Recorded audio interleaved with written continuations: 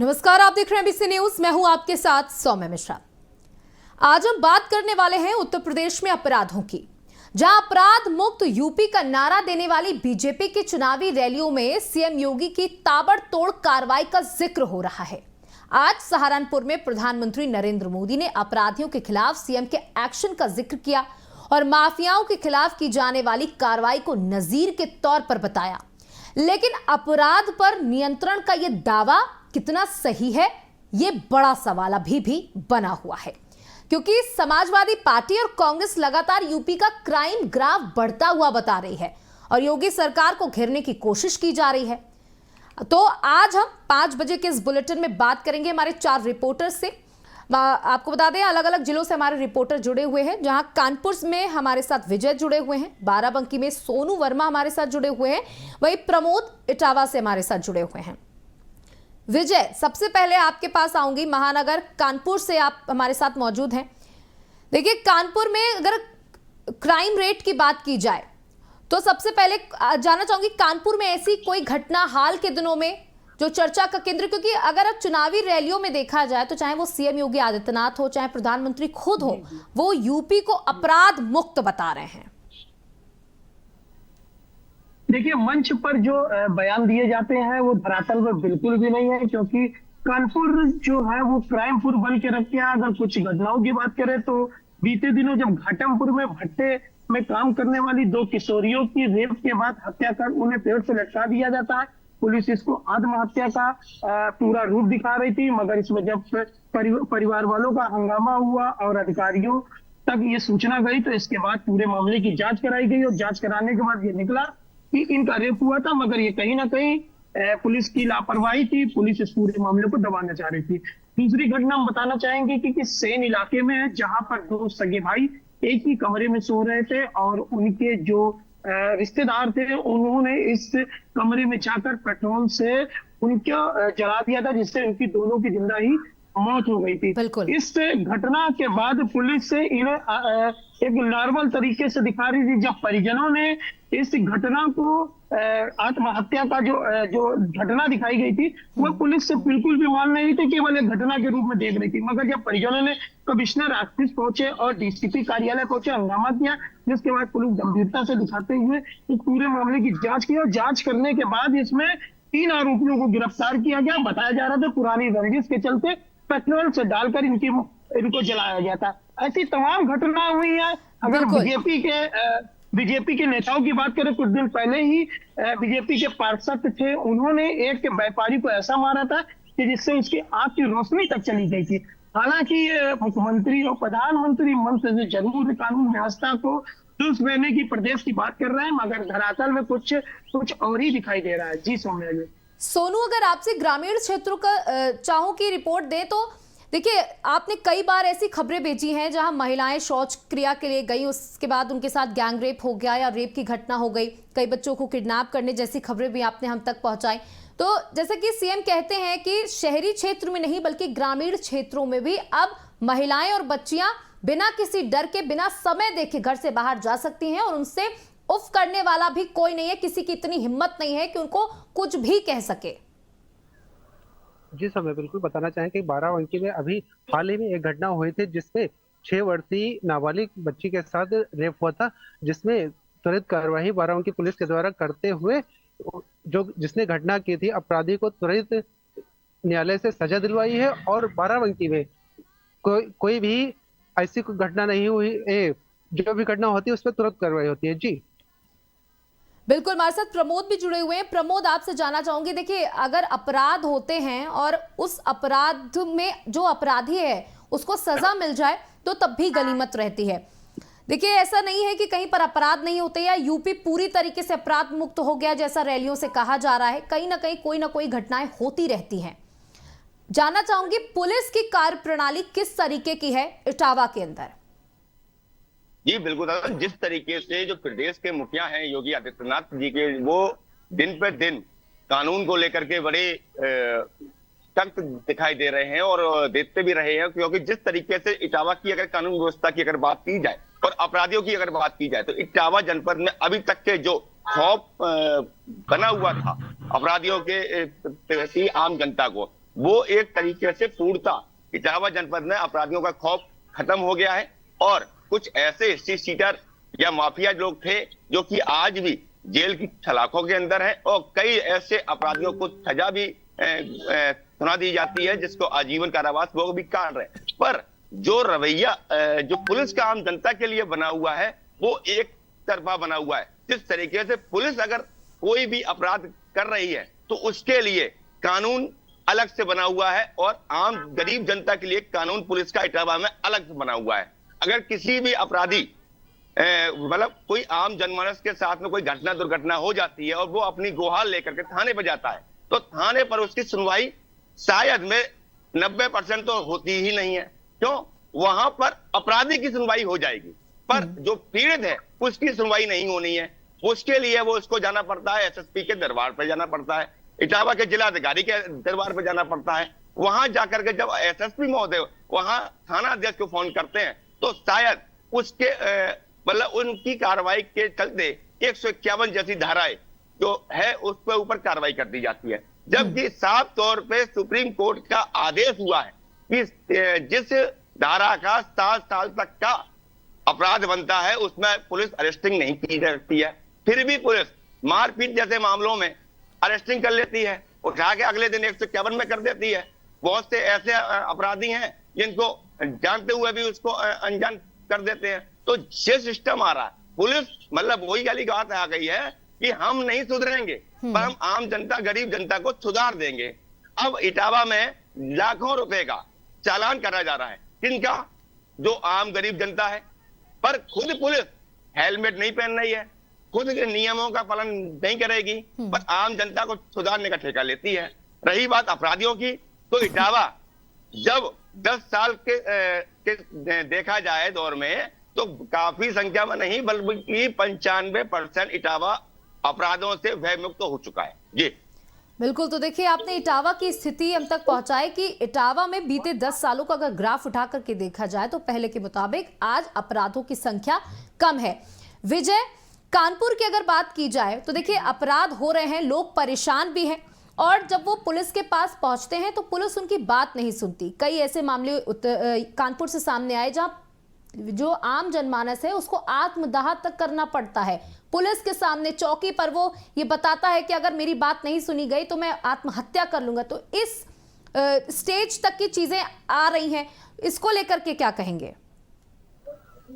देखिए, जो फरियादी है, थाना हो या चौकी हो या फिर एसीपी कार्यालय हो, हर जगह पर उनको लटकाने का काम किया जाता है। हर जगह उनको जो आश्वासन है वो झूठा आश्वासन दिया जाता है। हालांकि हम डीसीपी दक्षिण की बात करें तो यहाँ पर भी तमाम फरियादी हर रोज पहुंचते हैं और सिर्फ यहाँ पर बैठे एक दरोगा के द्वारा थाने या चौकी में फोन करके उन्हें भेज दिया जाता है।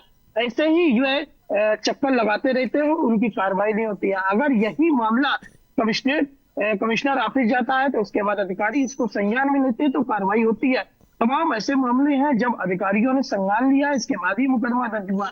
मगर जो पुलिस की सुधार प्रणाली है वो अभी तक सुधार नहीं हो पाई है। हालांकि अगर यहाँ पर कानून के जो अपराध का ग्राफ है वो जरूर कम हुआ है, मगर पुलिस का जो रवैया है वो अभी पर बदलाव नहीं हुआ। हालांकि नए कमिश्नर ज्वाइन करने के बाद ये आदेश हुआ था कि कोई भी फरियादी थाने में आए या चौकी में आए उसको मिठाई खिलाने के बाद उसकी सही से बात की जाएगी और सही से उससे बातचीत की जाएगी और उसे नाश्ता पानी कराया जाएगा।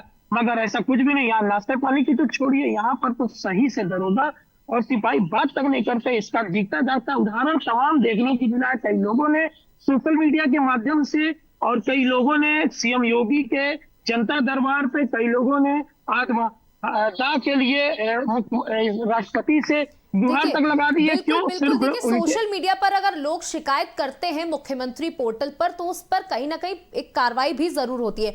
लेकिन ये आपसे जानना चाहूंगी, देखिए उत्तर प्रदेश हमेशा से कहा जाता था ये दंगा का प्रदेश है, ये दंगा प्रदेश है, लेकिन अब योगी आदित्यनाथ कहते हैं कि दंगा मुक्त प्रदेश है।